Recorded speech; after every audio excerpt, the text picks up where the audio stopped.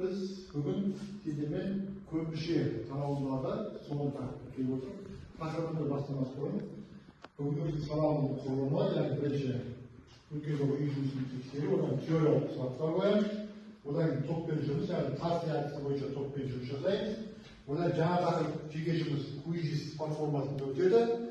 Sonunda salamımızı başlayalım. İyi öğrenilse şartlar kavaş böyle takımımız karşı. Ешқандай сұрақ көп қой өзіміз бойынша, иә? Өзіміз сұрақ болмаса, ода сұрақ мен қояйын, осыған дейін ауызша сұрақтар. Так, бірінші, көпмүше дегеніміз не? Кім айтады? Жаңағы Көпмүше ол, біріншіне қойды. Жақсы. Көпмүшенің стандарты дегеніміз не кім? Ал, иә. Көпмүшенің стандарты дегеніміз құрамында ұқсас мүшелер қайталанбайтын болса, ол стандарт көпмүше. Жақсы. Көпмүшенің дәрежесі дегеніміз не? Дәрежесі. Я вам. Көпмүшедегі дәрежелерінің көрсеткіші. Я, балаларда осы қатар бойынша екі топқа бөліне салайық. Партия бойынша есепке шығарайық. Сен нәрсеге жауап. Бар болып, осы қатар бойынша топқа бөліне салайық. Топтарды 10 дәрежелейік. 16 тапсырма бар.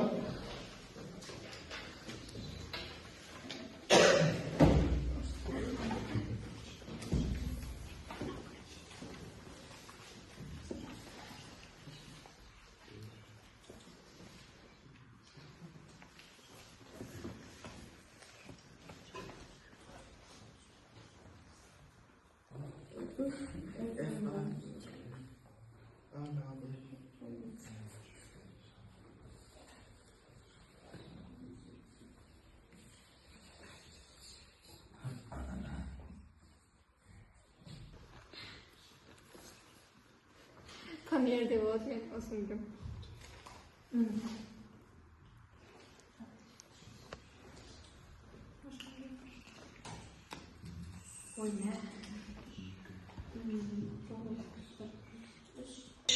Al балалар берген уақыт аяқталды, түгел қояйық. Мен дұрыс жауаптың тақтаға шығардым. Екі топта қойып болып қойдым мен. Мұнда тақтамен жауабымызды тексерейік. Осы жерде балалар бір қарайтынымыз, әріптер осылай қалай жазылыпты, солай ретімен дұрыс жазылып. Бірінші топ қалай болды сіздерде? Қате бақтап келі? Екі қате ма? Екінші топта ше? Әріптер дұрыс қоймайды. Үшеу ма? Онда бұл тапсырма жауап 16 балып тапсырма болады. Енді әр топ мүшелерінде жаңағы алған балалардың бөлінеді. Бірінші топқа 14 бал, екінші топқа 13 бал. Видимо, балалы параға балаларын қойып жатыр. Ең соңғы қорытындылап бірақ айтатын боламыз. Онда балалар сауалымызды бастамас бұрын осы қазір көріп жатқан тақырыбымызға байланысты жақсы керемет бейнеролик бар, диафан тегеуге байланысты. Соны бірінші тамашалайық. Мына аға сауалым жалғастырамыз. 17 ғасырда Пьер де Ферма есімді француз заңгер өмір сүрді.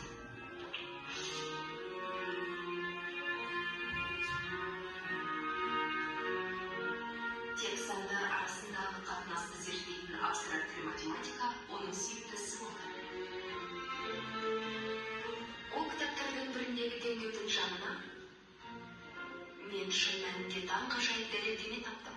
Бірақ оны сыйдыруға мына кітаптың шетіндегі орын жетпейді деп жазды. Математиктер келесі 3 ғасыр бойы осы дәлелдемені қайталағысы келді.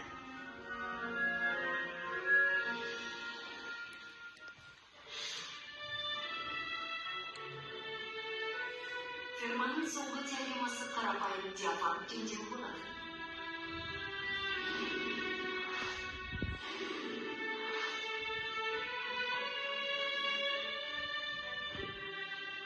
Ферманың айтуынша, оның теңдеуін сандарды квадраттағанда ғана шешуге болады.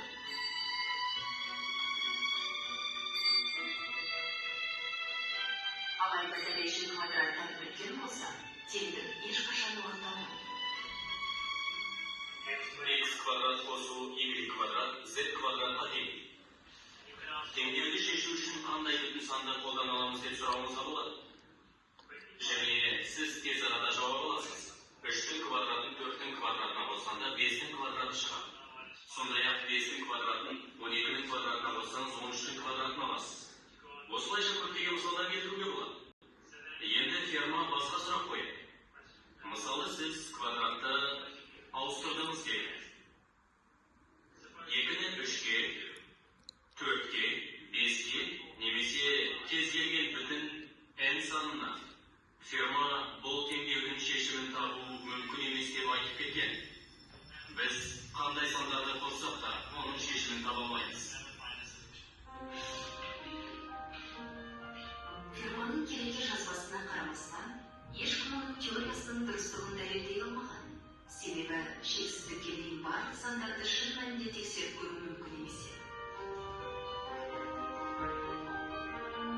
Алар бул теория математика илиминдеги эң кыйын эсеп ретинде Гиннес рекорддар китабына кирди. Бирок 1995 жылы Ферманын жазбасына 350 жылдан астам убакыт болгон соң Эндрю Уайлз теореманы далилдеди. Мен осы үстелдің басында отырған кенеттен мүлдем ойламаған жерден мен бұл таңғажайып жаңалықты аштым. Бұл менің еңбек жолындағы ең маңызды сәт болады.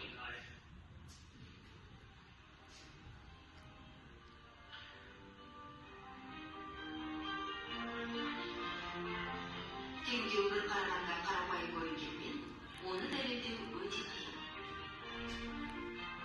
Және де кітаптың шегіне сыйғызу үшін тым үлкен. Sonda 350 yıl gözünün gölgelendiğine.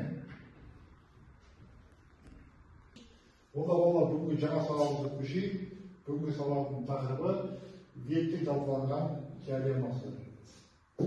Мұндағы жалпы оқу мақсатымыз үшінші дәрежелі теңдеудің түбірін табуда век теоремасын қолдану. Бұл век теоремасы деген бізге екінші дәрежелі теңдеу үшін төменгі сыныпта өткен болатынбыз.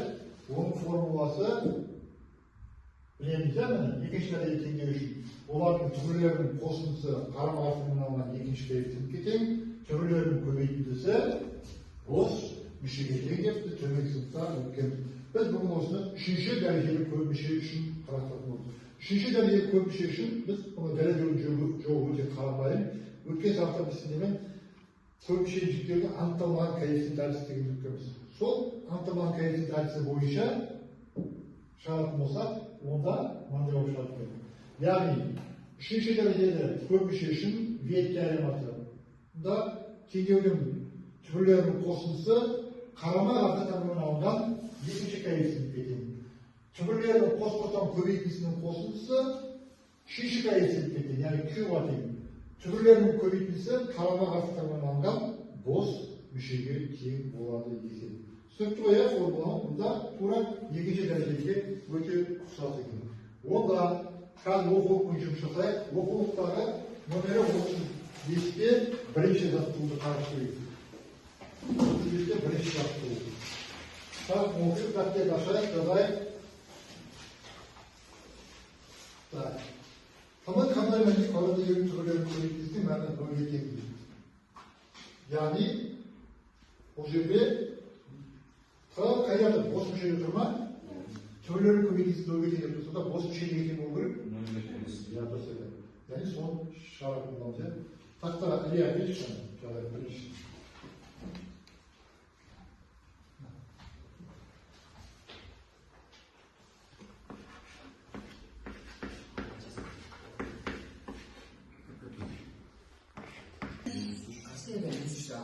Қандай көрді болды. Жақсы oldu, дұрыс, иә? Отыр. Әрбай жағдайық. Келесі есебіміз 35-те 2. Келесі есепке жалын келді. Көп бір şey жалын келді, мұнда түбірлері бойынша. Қалған салыстыру жұмыс тақтаймен. Минус 1, 0. Екілет. Бала қандай тұста? Онда арғы оқулықта осы кезде үшінші жаттығуды орындайық.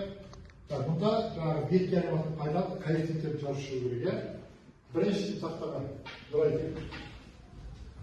Қамбал.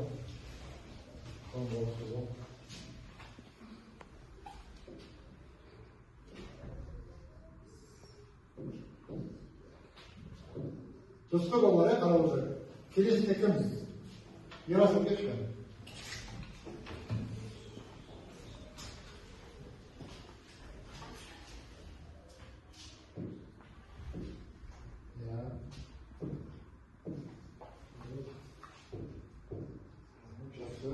Düşün içinde kişi öyle işi böyle.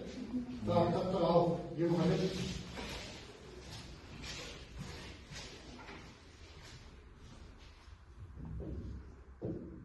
Doğru. Sen ilk böyle olan mı böyle? Yoksa ішіне ал жан жүреді. Бұнда үшке бөліп алды.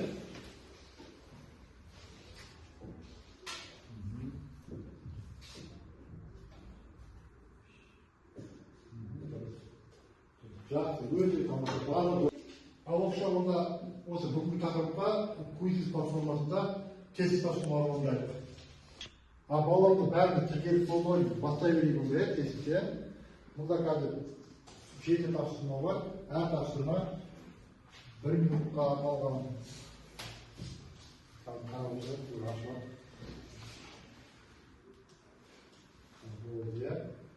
Ашылды ғой.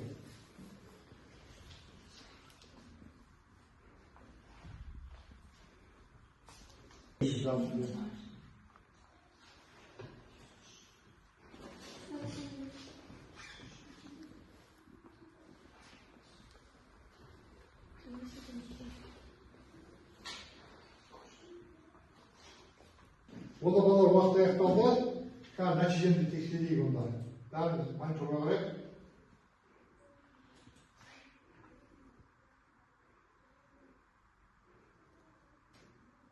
Кім қанша жауап берді екен?